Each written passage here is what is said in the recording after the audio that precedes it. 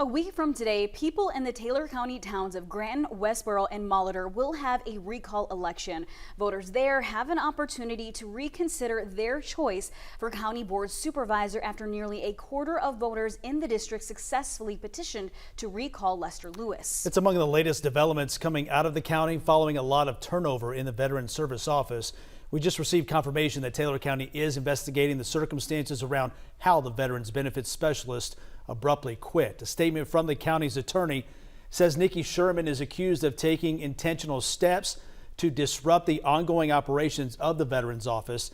This includes shredding documents, deleting all files from the VSO computer, and deleting the office's Facebook page. And while we've been in communication with Sherman, she would not agree to an on-camera interview. Sherman tells us there's no substance to these allegations as she followed policy and statute with her actions. Like the documents she shredded were medical records and death certificates needed for claims that were completed. She says she uploaded those files to the program the VSO office uses in connection with the U.S. Department of Veterans Affairs. She says she deleted her personal information resources she used to do her job, but doesn't know what the county is referring to when saying she deleted all files. She confirms she deactivated the Facebook account from her personal account, so it was not attached to a county Facebook page, but it still can be reactivated.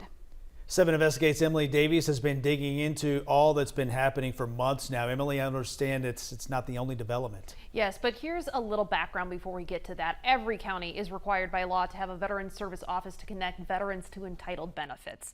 In Taylor County, there are 2 employees, the Veterans Service Officer, or VSO, and the Veterans Benefit Specialist. In May, we told you about the Benefit Specialist abruptly quitting. She's now the 3rd person to quit from that department in a matter of 9 months. And all 3 who quit cite Lester Lewis and the county system broadly as prime reasons for leaving.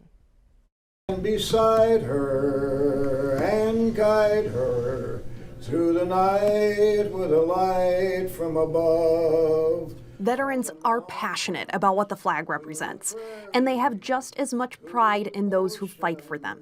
From the first time I met her, you could tell she's got my best interest at hand, and she just reinforced that with everything she did. I get a little, I'm sorry dear, but I get a little emotional because that girl, talk about a perfect angel.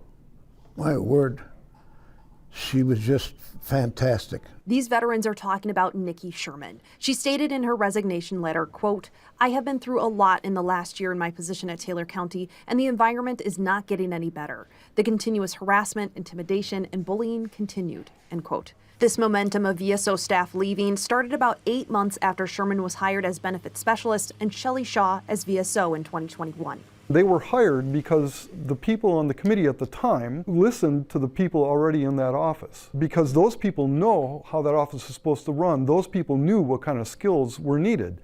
They took their advice and they hired those 2. Dan Judnick says this assertively because he doesn't like how he was hired to replace Shaw after she quit in August 2022, adding that constant turnover is not in the best interest of veterans.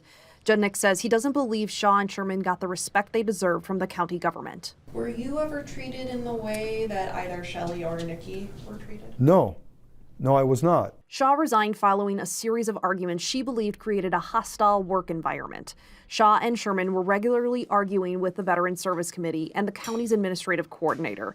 It centered around daily operational changes Shaw wanted to make in the VSO office, like encouraging appointments. It's been charged that I busted into the Veterans office and unannounced, and that I never went into the office from the hallway without knocking on the door and being asked or told that I could enter. Lester Lewis, a county board member for 22 years, likes to talk directly with department heads to share his opinions and thoughts.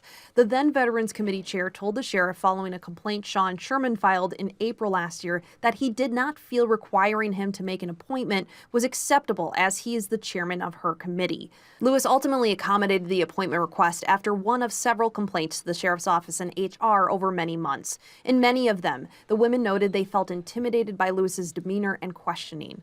Last summer, Shaw filed a federal discrimination complaint against the county that she characterized in her resignation letter as an accommodation failure. The final blow triggering this was when Lewis, feeling that his or the county's perspective wasn't being represented to the public, read the sheriff's report of her complaint as a Veterans Service Committee meeting was about to begin.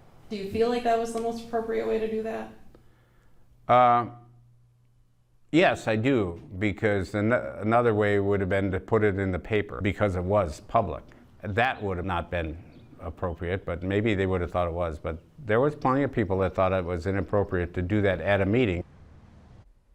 2 more Veterans Service Office employees resign after Shaw. Coming up, what the attorney the county's insurance company assigned to review these complaints has to say about how the county is operating.